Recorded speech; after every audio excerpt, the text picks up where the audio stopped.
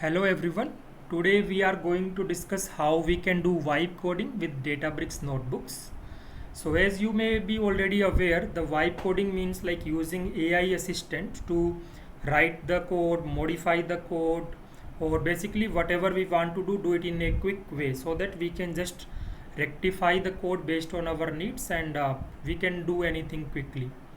So when it comes to Databricks vibe coding, so there are two options, like either we can use this built-in AI assistant which has some basic functionalities, but today we will be discussing the other way, which is doing the vibe coding in the VS code, and why it may be a good idea. So let me show you some magic first so that you believe me.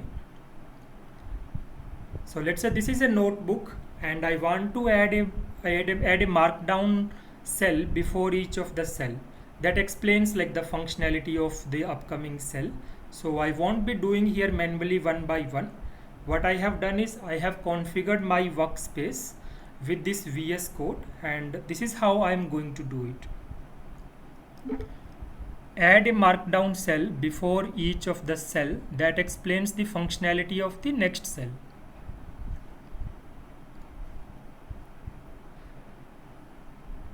So as you can see the magic, it is writing like markdown cells for me, and all the cells in one go it is able to write.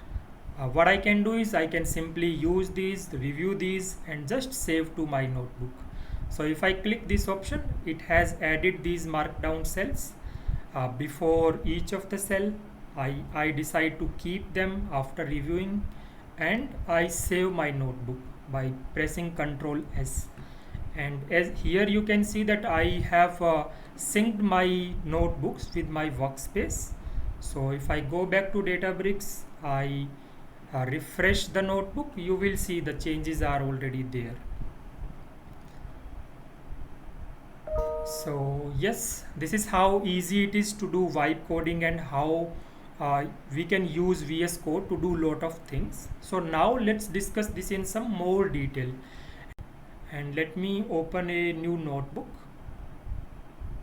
So here I have opened a new notebook which is a blank one, and in this notebook I am going to read these two tables which are available in the Databricks samples, and then I'm going to do some transformation. So let me first ask it to create a data frame. So I'm pressing Ctrl I, which is a shortcut. Create a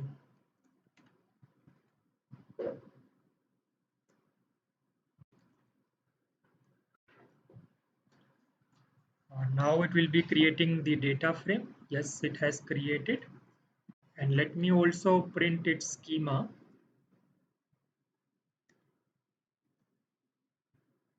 As you can see, like it is giving me hints as well, whatever I'm typing. So yes, these are the columns available in this table. Now let me read another table. This is my second table that I'm going to read.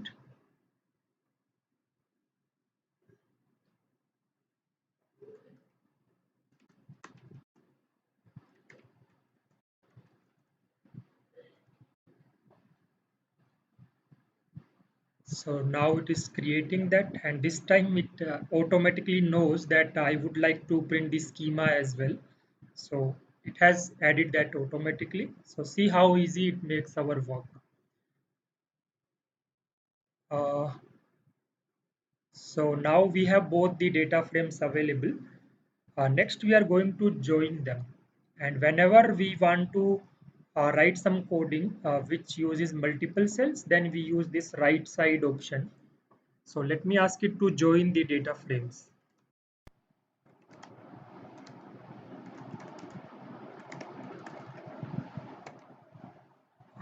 Now it will be writing the code to join both the data frames. So yes, as we can see, it has written the code. Now to bring this code, here is the shortcut. So now the code is available. And here one thing I notice is that it has taken the column name with underscore, and the original column it is like this. So let's keep the original column name only, and now let's run the code. So we can see the output. So it has joined both the data frames. Now let me ask it to do some more operation. So let's say if we want the quantity for each country, let's see if it can do this.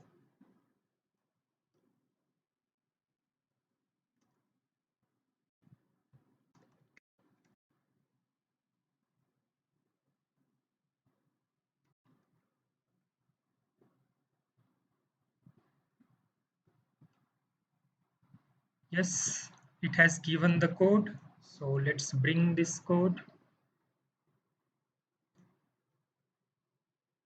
Let's give it a try. Let's see what is the error we are getting.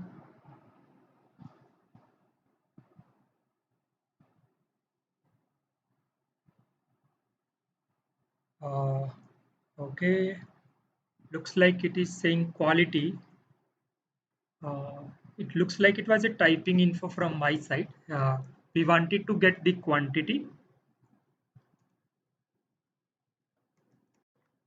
Let's try with the quantity.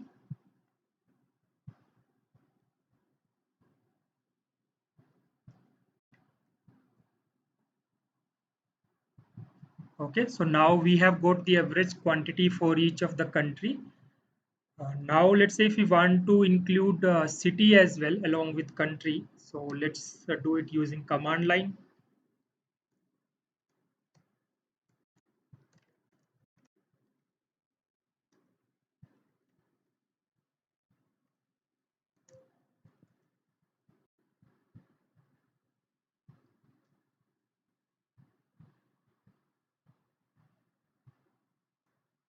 Okay, so it has included the city as well.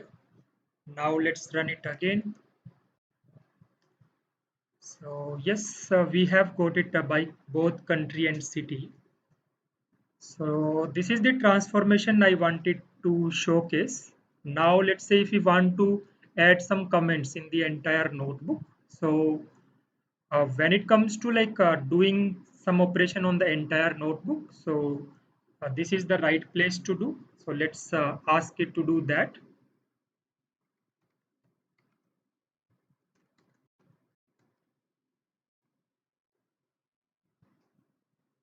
So I hope it will add the comments in all the cells.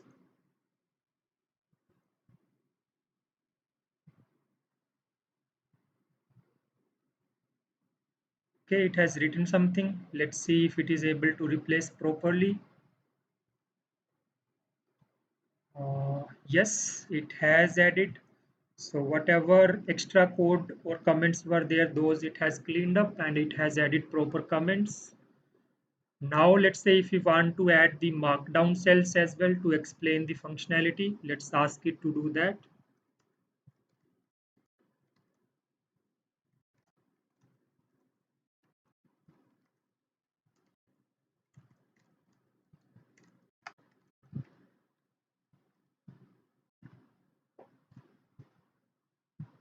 So now it will be adding that, and to repeat again, like this is the notebook we have given here as context. It is by default only. So that is how it is able to understand the entire notebook and then decide what output it want to provide.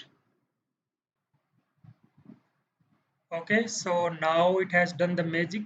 Let's use these markdown cells.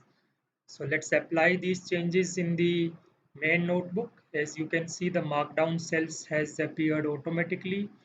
We can review this. We can decide to keep or undo. I'm going to keep it. So now our notebook is ready. I am saving it. I have pressed Ctrl S, and with that the changes will go automatically to the Databricks. Here by default it provide this as the remote folder. So this notebook automatically gets saved into this particular folder in Databricks. So now let's go to Databricks and check it out.